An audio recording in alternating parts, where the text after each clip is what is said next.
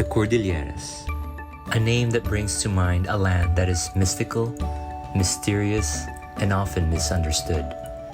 Tucked away in the mountains, their culture remained intact and continues to be practiced, passing down a cuisine that is deeply rooted in their ways and their land. Always curious about Filipino food, my team and I traveled to learn what we could from the Cordilleras. As always, cooking outdoors with local cooks and with an open mind and palate in my favorite kitchens. When I think of vegetables, my mind races north to the vegetable fields of Benguet, the salad bowl of the Philippines, where vegetables are grown as far as the eye can see.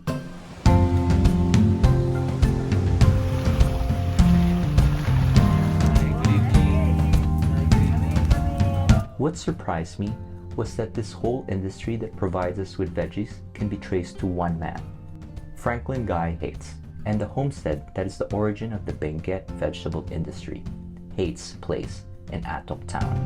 So he has been ordering seeds of all of the temperate vegetables that we have here in Benguet. He actually is the father of our Benguet vegetable industry. He was the first one to plant this in the Philippines. So it's like cabbages, carrots, potatoes. We even had, actually the first strawberry that was served in Baguio Country Club is from Haight's Place. So the men who work for him, he taught them how to plant the vegetables and he gave them seeds that they planted in their farms until it spread to the other communities. These vegetables are sweet because they are grown in a cold place. Just like Burnham has Burnham Park as his landmark, Cannon has Cannon Road as his landmark, but our great-grandfather Franklin Guy Haight, ang landmark niya is the entire vegetable industry of Benguet. As always, I ask myself, what does this mean for the cuisine and culture? The land and climate here are ideal for growing of cash crops. Over the years since Guy Haight's planted the seeds, practically all the land has been turned into vegetable farms. And this spread and grew into supplying most of the country's vegetables. One could say these farms changed the way Filipinos eat for the healthier. If you're vegetarian today, you know who to thank. Isang kamay lang. Oh, ganito lang oh. Pag ganito na. Yan. Oh. Very clean, no? You do not need to do that. So just one, One or and then no more, no. that's it. That's already. And then Then slice. straight down. Sorry nervous ako.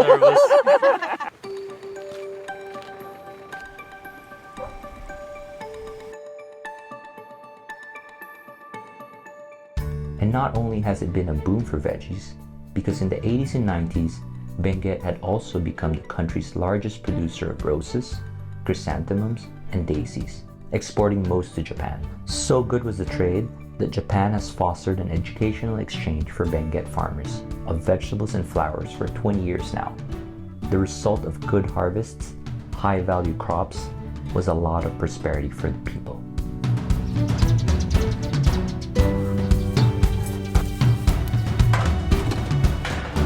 So yung di ba nag-kilometer 26 tayo kahapon, marami tayong sobra natira. So tinago natin. Tapos yung purple rice na yung wife ko kasi hindi mahilig kumain ng rice, pero dahil daw sa purple rice, mapapa-rice siya. These are just spring onions, freshly picked from the farm earlier. Bawang laurel para mabango. Garlic skin para rin mabango. Pero cook it slowly para mas matamis. Dito ako maglalagay ng asin para i-flavor natin yung garlic leek oil natin.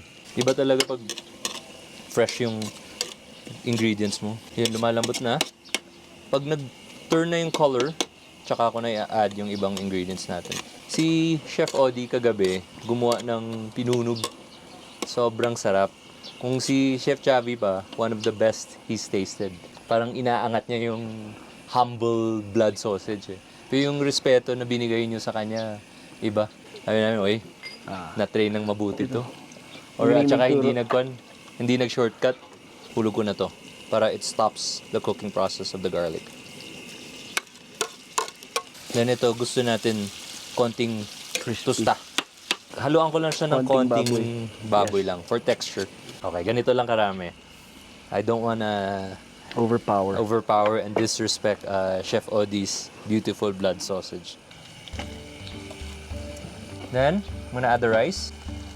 So pag nagsinangag ka, mas maganda yung kanin mo dry and dahan-dahan yung paglagay mo. Huwag mo ilagay all at once kasi hindi mo siya mahalo ng mabuti. Then syempre mas maganda pag tostado yung sinangag. Parang nagiging pinunig fried rice. Actually, some tribes, Oo. yung pinunog nila, they put red rice or brown rice with the blood also. That makes it like a binder. Para pag slice mo nung ano nga, makita mo may mga rice. Gagawa tayo later. We'll show them how. This is my favorite ingredient in the kitchen lately. It's my best friend. Source of ultimate umami. Sun-dried tomatoes from Baguio Mountain Man. Good friend of mine, Chavi. So, konti lang ilalagay ko kasi gusto ko that flavor of umami lang.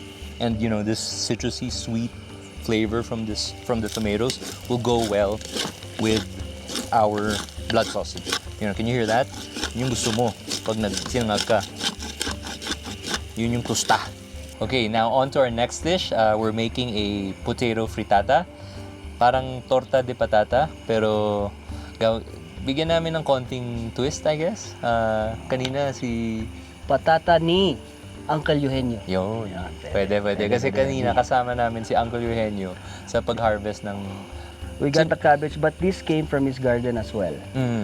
So, sabi niya, he's really very proud of his product na yung patatas niya, ang pinakamasarap na patatas. Bakit eh? One, it's the land where it grows. Sobrang starchy daw yung quality nung... Here, we are at the source of the best vegetables, which means they do not get any fresher. With farm to table becoming more valued these days, being able to cook right at the farm where the food is grown is always a learning experience for me. Freshness is a different layer of flavor. So, hintayin ko lang to ulit tumusta.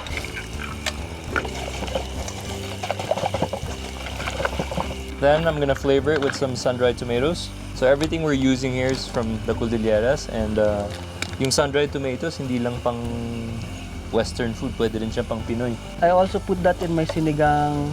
Anything that's tomato-based na Filipino food. Bakareta. Pwede.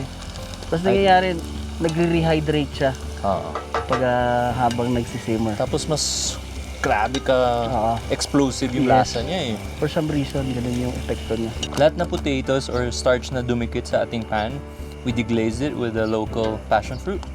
Then, I added some vinegar. Then I'm gonna add a little bit of salt. Then let's see where this sauce will take us. Let's taste. You can taste the potato and the passion fruit. Interesting. Tabi na natin to. Ayun na. Yan yung gusto natin, no?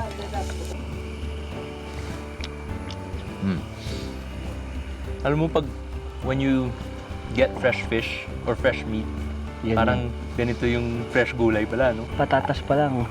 Kasi some potatoes, parang you don't really taste the potato. The potato.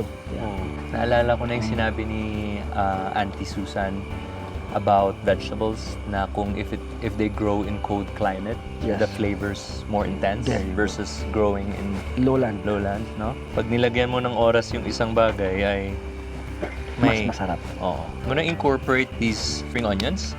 Babad ko muna siya dito mga 3 minutes para lang may tosta. May layer din ng oil, no? 12 eggs.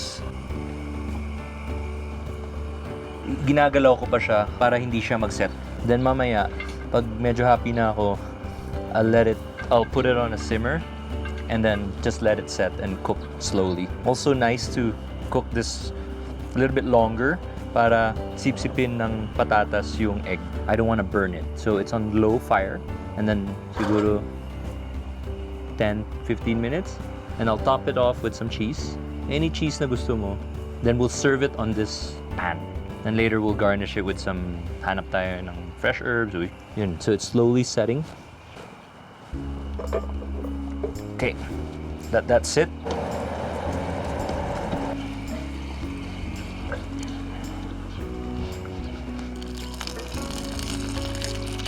We can flip.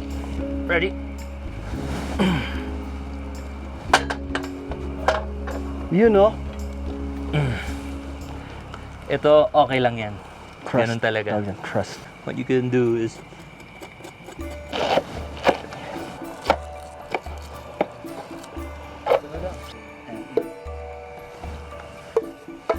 look at how plump and red-orange this tomato.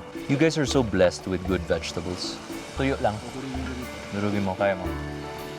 Yan. Olive oil. Rosemary.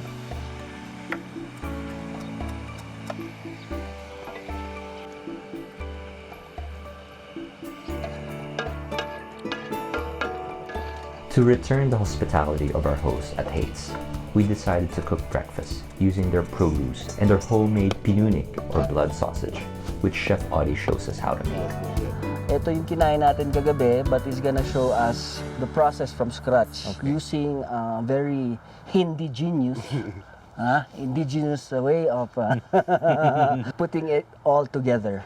Ito yung small intestine ng pork. Okay. Malinis na po siya. Yung cover, binutasan niya yung dulo. Binutasan ko po para kasi pag madulas siya, sa pag sinuksok siya dyan. Ang galing. So what happens, malalak na yung skin, diyan. Pero back in the days, wala silang plastic, walang funnel, ginagamit nila yung stomach ng pig. Lagay ko lang yung basic lang po na pinunag. May pork liver po siya, yung bulaklak. Tapos yung pork kidney po. So meron pala siyang laman, akala ko pure blood. Kaya pala ganun kalasa siya kagabi. And then, yung blood. Opo, tapos salt, pepper, saka onion. Yun lang. Yun. Pwede rin pong lagyan ng fried garlic para mabawasan yung lansa ng dugo. Pero no vinegar. Wala. Okay. No luya. Wala po. Okay. Tapos lalagay lang natin siya sa loob. Pero yung dulo, tatali natin, of course. Meron No, po. para... May natali na po sa dulo. Okay. Para hindi po sa tapos pwede rin, daliri lang yan. Kailangan mahaba yung daliri. Basta, ganyan lang po siya. Ayun. Ang ganda. Kailangan kainin mo siya kaagad. Oo po siya. Kung Kasi, ang talaga nito is yung pagkanyaw. hmm, Pag freshly butchered po yung pork. Papakulan na lang kasi yun. Habang kumukulo rin yung mga large chunks ng meat, yung sinasabi nating anger. It's called anger. It's all these chopped pork parts. And they just put it in one big wok. Put the water. While it's boiling, pag natapos na to, ihahalo na rin nila yan dun sa nagbo-boil na water. Para naluluto na rin siya. So, sabay-sabay yun. And they just put salt. Sabay-sabay yun. Pag natapos na ng boil, at the same time luto na to, pag serve, sabay-sabay yun. Everybody eats.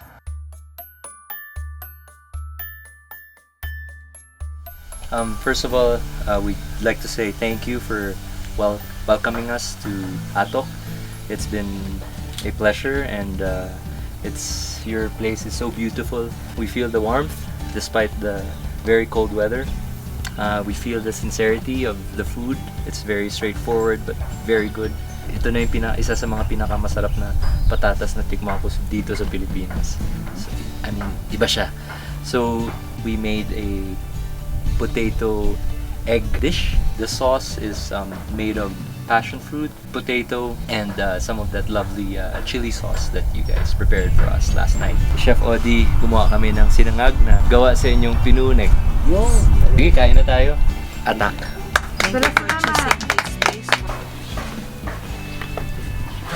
Yung teaspoon. Infuse spoon. Pinunag rice. Pinunag rice. Okay, rice. Mabaling natin. Ano ba to? Pwede ba magsalita ng magnifico? As we gathered to eat, I found the answer to my question. In Atok, the cuisine is backyard to table, requiring very little added to enhance the fresh flavors. And maybe this nearness to the source of the food and knowing its abundance comes from nature and their hard work is what makes the people warm, welcoming, and family-oriented. To them, bounty is not about how much you keep, but how much you can share.